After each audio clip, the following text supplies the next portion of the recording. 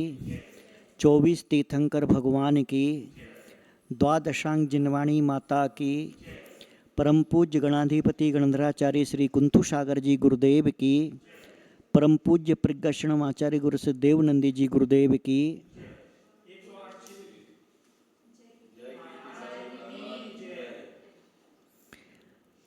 धर्म की बात हम लोग हमेशा सुनते हैं, धर्म की परिभाषाएं और धर्म का स्वरूप हम लोग लगभग सभी लोग जानते हैं। आज अपन समझेंगे कि अधर्म क्या है, क्योंकि जिस प्रकार से पक्ष को समझना जरूरी रहता है उसी प्रकार से उसका विपक्ष भी समझना जरूरी होता है। तो अधर्म जो होता है वो जो दुष्कर्म, वो दुष्कर्म कौन सा है? तो मिथ्यात्व, अज्ञान और असंयम यानी असत प्रवृत्ति। और यह अधर्म जो है, यह दुष्कर्म है, यह क्या करता है? तो प्राणियों के लिए स्वर्ग और मोक्ष के विपरीत क्या है? नरक और त्रयंच, तो उसको देने में समर्थ होता है, उसको देने वाला अधर्म कहलाता है। उसके विपरीत हो गया। धर्म क्या देगा? धर्म स्वर्ग और मोक्ष देता है। धर्म का फल क्या है? स्वर्ग और मोक्ष। तो उसके विपरीत जो फल देता है, स्वर्ग और मोक्ष के विपरीत फल देने वाला अधर्म कहलाता है। और अधर्म को कहा गया है दुष्कर्म। और दुष्कर्म में बताया है असंयम यानी असत प्रवृत्ति। और क्या बताया? मिथ्यात्व। और इसके ही साथ में अज्ञान। जो अज्ञान होता है वह भी नरक और त्रयंच को देने में समर्थ होता है। और ये इस प्रवृत्ति में जो जीता है, इन तीनों के साथ में, वह अधर्म में जीता है। इसलिए इसे विपरीत फल देने वाला कहा है। इसका जो फल है वो कैसा है? विपरीत, अपोजिट। जैसे कोई व्यक्ति असंयम में जी रहा है, और वो असंयमी जीवन जीते हुए चाहता है कि मैं स्वर्ग और मोक्ष प्राप्त करूं, परंतु उसका फल क्या है? विपरीत, यानी नरक और त्रयंच।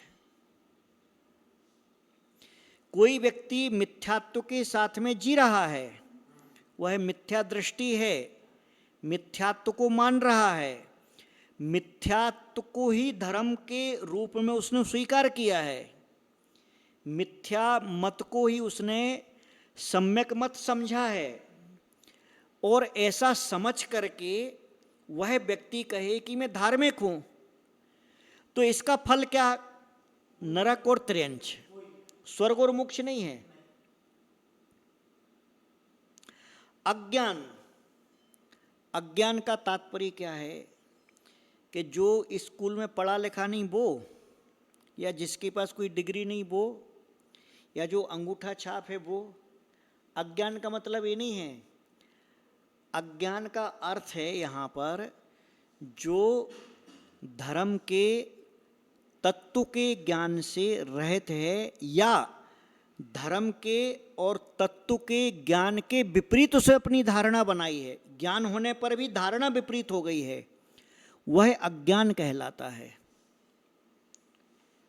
वह कुज्ञान भी कहलाता। कुज्ञान यानी कुत्सित ज्ञान।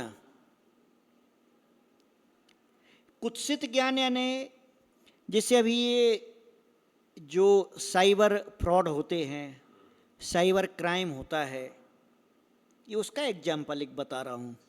तो अब वो जो साइबर क्राइम करने वाले हैं, साइबर फ्रॉड करने वाले हैं, वो मूर्ख थोड़ी होते हैं, वो बुद्धिहीन नहीं होते। वह ज्ञान का दुरुपयोग ही कुत्सित ज्ञान कहलाता। वो विपरीत ज्ञान ही अज्ञान कहलाता है। नॉलेज तो है उनके पास।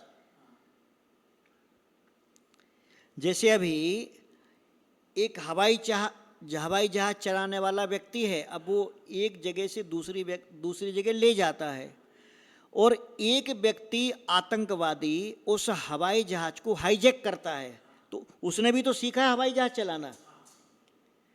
तो एक व्यक्ति का ज्ञान कैसा है कि एक जगह से दूसरी जगह ले गया, वो तो सम्यक ज्ञान हो गया। माने जो ज्ञान आपको इस भव से दूसरे भव में अच्छी जगह ले जाए, तो वो तो सम्यक ज्ञान हो गया। और इसके विपरीत जो इस भाव से दुर्गति में ले जाए, नरक गति में, मान ली मनुष्य हुए, और मनुष्य होने के बाद में कुत्ते बिल्ली कबूतर बन गए, नाली के कीड़े बन गए, तो ये कौन सा ज्ञान हो गया? ये अज्ञान हो गया, एक कुज्ञान हो गया। तो यहाँ पर इसलिए अधर्म की परिभाषा बताई है, इतनी सुंदर परिभाषा, कि जो असंयमी है, जो अज्ञानी है, जो मिथ्या दृष्टि है, उसका जो भी किया धरा है, जितना भी किया धरा है, वह सब का सब संसार का कारण होता है। उसका सारा का सारा किया धरा उसको अधोगति में भेज दे, उसे दुष्कर्म कहते हैं, उसे अधर्म कहते हैं। ये अधर्म की परिभाषा है, ये अधर्म का स्वरूप है। जो आपको ऊपर से नीचे की ओर ले जाए वो अधर्म, जो आपका डिमोशन कर दे वो अधर्म, जो आपका पतन कर दे वो अधर्म। अब ये जो असंयम है, इसमें मानसिक असंयम, वाचनिक असंयम और कायिक असंयम, तीनों के भेद अलग अलग है। इसमें जो मानसिक असंयम होता वो बाहर से मालूम नहीं दिख रहा, बाहर से तो एकदम चकाचक दिख रहा, चमक दमक दिख रही, बाहर से एकदम नीट एंड क्लीन दिख रहा व्यक्ति, और अगर अंदर अपने ज्ञान का मद है, अपने कुल का मद है, अपने पैसे का मद है, अपने पद का मद है, अपने खानदानों का मद है, अहंकार से भरा हुआ है, अपनी तपस्या का, अपने मेरा इतना नाम है, मेरा ऐसा है, मुझे लोग इतना चाहते, अगर मन में ये चल रहा है तो बाहर से संयमित तो नियमित दिखने वाला भी मानसिक रूप से असंयमी है। ये मानसिक असंयम कहलाता है। तो हम लोग संयम का मतलब सिर्फ इतना समझते हैं कि अगर हमने इंद्रियों पर नियंत्रण रख लिया, खाने पीने पर कंट्रोल कर लिया, तो मैं संयमी हो गया। ये मतलब नहीं होता। मानसिक असंयम, फिर वाचनिक असंयम, ईर्ष्या के वचन, कठोर वचन, असभ्य वचन, दुर्वचन, प्रतिस्पर्धा के लड़ाने भिड़ाने के वचन, गालियाँ, कुत्सित वचन, दंभ से भरे हुए अहंकार के वचन, ये सभी वाचनिक असंयम कहलाता है। वाचनिक असंयम हो गया।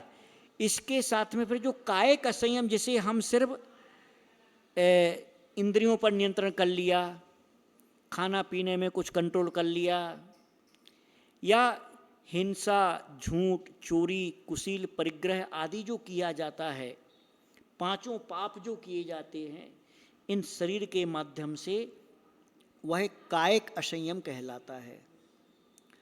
तो कायिक असंयम को छोड़ने के साथ साथ वाचनिक असंयम भी छोड़ना पड़ता है, मानसिक असंयम भी छोड़ना पड़ता है, नहीं तो यह अधर्म कहलाता है। और ये अधर्म दुष्कर्म, इसका नाम है क्या है? एक होता सत्कर्म और एक होता दुष्कर्म। तो दुष्कर्म ही अधर्म है, अधर्म ही दुष्कर्म है, जो अधोगति का कारण होता है। तो जीवन में हम धर्म को भी समझें और अधर्म को भी समझें। जो नहीं करना है, धर्म तो करने के लिए हो गया और अधर्म नहीं करने के लिए है, तो उसमें हमको मिथ्यात्व से भी बचना है, अज्ञान से भी बचना है, और असंयम से भी बचना है, तब जाकर के हम सद्गति के पात्र हो सकते हैं, अधर्म से बच सकते हैं। अधर्म को अपने जीवन से दूर करना चाहिए। एक प्रश्न, एक लोगों की जिज्ञासा और एक मन का विचार अक्सर पूछा जाता है कि जैसे धर्म के बारे में बता दिया या अधर्म के बारे में बता दिया, तो बोले कि ये तो मालूम हो गया कि धर्म क्या है, अधर्म क्या है। अब धर्म की प्राप्ति का उपाय क्या है, धर्म प्राप्त कैसे हो? भाई एक तो हो गया थ्योरी में हो गया कि धर्म क्या है, अधर्म क्या है, हमने समझ लिया। अब धर्म की प्राप्ति का उपाय यानी प्रैक्टिकल, वो धर्म लाइफ में, वो हमारे जीवन में किस प्रकार से आए कि जिसके माध्यम से धर्म प्राप्त हो। सुनना हो गया, चिंतन करना हो गया, मनन करना हो गया। अब वो लाइफ में जब प्रैक्टिकल होगा तब तो उसका मतलब है कुछ। तो बोले कि धर्म प्राप्ति का उपाय क्या है? तो धर्म प्राप्ति का उपाय ये है कि जिस प्रकार से मैं अपनी आत्मा का हित चाहता हूं, वैसा ही हित में दूसरे की आत्मा का चाहूं, ये पहला उपाय है। जिस प्रकार से मैं अपनी आत्मा का भला करना चाहता हूं कि मेरी आत्मा पापों से बचे, दुखों से बचे, कष्टों से बचे, उसी प्रकार से मेरे जीवन में ये होना चाहिए कि मेरे निमित्त से दूसरे लोगों का भी वैसा ही उनकी आत्मा का हित का चिंतन, जैसा मैं अपनी आत्मा का हित का चिंतन करता हूं, वैसे ही दूसरे प्राणियों की आत्मा के हित का चिंतन करना, ये धर्म प्राप्ति का पहला उपाय है। जिसे हम जीव दया कहते हैं, प्राणी दया कहते हैं, जिसे हम अहिंसा कहते हैं, जिसे हम धर्म का आधार कहते हैं। ये पहला। दूसरा क्या है? तो दूसरा है अपनी शक्ति के अनुसार सत पात्रों को दान देना, ये धर्म प्राप्ति का दूसरा उपाय है। आपकी जो कैपेसिटी है, आपकी जो क्षमता है, उसके अनुसार सत पात्रों को दान देते रहना लगातार। अब इसमें ऐसा नहीं है कि हाँ यार धर्म प्राप्ति का उपाय है, मैंने सुना था कि सत्पात्रों को दान देना, अब हाँ यार इस साल तो चौका लगा लिया, अगले साल फिर से लगा लेंगे। अब मैं वहाँ गया था, मैं वहाँ तो मैंने साधु को हार दे दिया था, अब एक काम करेंगे, फिर से जाएंगे तो एक बार तो और दे देंगे। ये नहीं है। सत्पात्रों को दान का मतलब यहाँ पर, ये जो यहाँ पर धर्म प्राप्त। अच्छा आप बताइए, आप साल भर में कई बार दुकान खोलते क्या कमाने को, कि रोज खोलते? रोज खोलते ना, रोज करना है कमाई। धन की प्राप्ति रोज होना चाहिए ना, तभी तो व्यापारी कहलाएगा। भाई साल भर में एक बार धन की प्राप्ति का उपाय कोई नहीं करता। पूरे संसार में ऐसा कोई भी बिजनेसमैन नहीं है जो ये बोले कि मैं एक साल में सिर्फ एक ही बार पैसा कमाता हूँ। बड़े से बड़ा बिजनेसमैन बोलेगा साल में एक बार तो छोड़ो, वो 24 घंटे कमाने वाले लोग हैं। रात में भी उनका मीटर चलता रहता है, चाहे वो ब्याज के माध्यम से हो, बैंक के माध्यम से हो, इन्वेस्टमेंट के माध्यम से, वो मीटर कहलाता है, घूम रहा है, इनकमिंग हो रही है। जब हम धन की प्राप्ति के लिए नित्य प्रयत्न करते हैं, नित्य यानी डेली प्रैक्टिस में है हमारी लाइफ में, इसी प्रकार से धर्म की प्राप्ति के लिए भी सतपात्रों का दान नित्य क्रिया में सम्मिलित होना चाहिए, तब जाकर के धर्म की प्राप्ति होती है। अगर मैंने सीख लिया, मैंने जान लिया, मैंने पढ़ लिया, मैंने सुन लिया कि सत्पात्र को दान करने से बड़ा पुण्य होता है, अब ये तो हो गया थ्योरी। वो प्रैक्टिकल कब होगा? अपनी शक्ति के अनुसार। माने मेरी जितनी शक्ति है, ये जरूरी नहीं है कि अगर आप चाहते हैं कि मैं मैक्सिमम पुण्य कमा लूं और मेरे पास कैपेसिटी है और मेरे पास कैपेसिटी के साथ में वैसी व्यवस्थाएं भी हैं, तो आप 365 दिन चौका लगाओ। अगर नहीं है तो जब आपको मौका मिलता, अवसर मिलता है, तब लगा लो। अगर नहीं मिलता तो आप क्या कर सकते हैं? यहां अपनी शक्ति के अनुसार का मतलब क्या है? आप क्या कर सकते हैं? अगर आप रोज भोजन करते हैं, इसका मतलब आपके पास में भोजन की व्यवस्था है, और भोजन की व्यवस्था अगर है तो उसमें से एक मुट्ठी ये सत्पात्र दान का वो कहलाएगा। अपनी शक्ति के अनुसार सत्पात्र का दान कौन सा कहलाएगा? जो प्रतिदिन आपकी डेली रूटीन में हो, या जो करना चाहता है परंतु उसके पास में सत्पात्र नहीं है, परंतु कभी उसके माइंड में, उसके भाव में यह अवसर की प्रतीक्षा कर रहा है कि मुझे कब अवसर मिले और मैं कब तन से, मन से, धन से, भाई कुछ नहीं तो शरीर तो मिलता ही है ना, शरीर तो मिला ही है। तो अपनी शक्ति के अनुसार दान देना धर्म प्राप्ति का उपाय है। अब धर्म प्राप्ति का और कौन सा उपाय है? तो धर्म प्राप्ति के तीसरे उपाय में है अपनी शक्ति के अनुसार तपश्चर्या करना।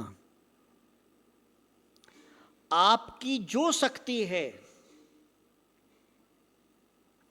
उसके अनुसार तप करना, माने वो कोई भी हो सकता है, वो छोटे से छोटा नियम। अच्छा, अब जैसे 10 लक्षण आया, 10 लक्षण पर्व आया, तो उसमें तो लगभग सभी लोग, सभी अपने अपने घरों में, घर में भोजन करना, या बाहर का नहीं खाना, या 1 बार 2 बार खाना, 3 बार खाना, जो भी है, या केवल घर में ही चाय पिएंगे, बाहर नहीं पिएंगे, इस प्रकार का मेंटेन हो जाता है। अगर 10 दिन में मेंटेन हो सकता है तो 355 दिन में भी किसी ना किसी प्रकार का हो सकता है। शब्द पर ध्यान देना, शब्द कौन सा है? अपनी शक्ति के अनुसार। जैसे एग्जाम्पल, एक छोटा सा एग्जाम्पल है कि मान लीजिए आपकी चाय पीने की आदत है, अब आप चाय छोड़ नहीं सकते, तो कम से कम आप ऐसा उसका मेंटेन कर सकते हैं कि भाई बाजार की नहीं पिएंगे, 10 बार नहीं पिएंगे, घर की ही पी लो, घर में 4 बार पी लो। अब देखो ये कौन सा त्याग है? ये है अपनी शक्ति के अनुसार। जैसे अभी बोले कि हम बाजार का खाना नहीं छोड़ सकते, एग्जाम्पल बता रहा हूँ, बोले हम बाजार का खाना नहीं छोड़ सकते, हमको बाहर आना जाना पड़ता है, इसलिए बाजार में ही हम उसी के ऊपर निर्भर हैं। चलो एक बात हो गई ना। अब मैं बाजार के खाने का समर्थन नहीं कर रहा हूँ, नहीं तो इसका उल्टा अर्थ लगा लो कि इनने तो बोल दिया था।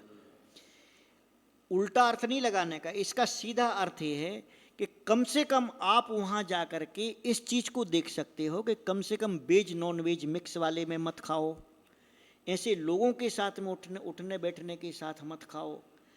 कम से कम जहाँ पर जितनी मैक्सिमम शुद्धि हो सकती है, या कोई धर्मशाला है, कोई उपाश्रय है जहाँ शुद्ध भोजन की व्यवस्था रहती है। अब बाहर का आप नहीं छोड़ सकते, परंतु कभी वो तो छोड़ सकते हो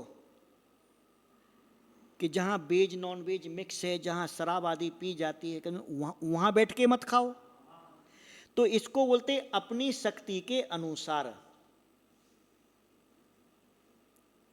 इसमें बहुत से भेद उपभेद हैं, इसकी चर्चा जो है ना छोटी नहीं है, इसकी चर्चा बड़ी है। इसको हम निरंतर रखेंगे कि धर्म प्राप्ति के जो उपाय हैं, इन उपायों को हम किस प्रकार से अपने जीवन में लागू कर सकते हैं और इन उपायों के माध्यम से हम धर्म किस प्रकार से प्राप्त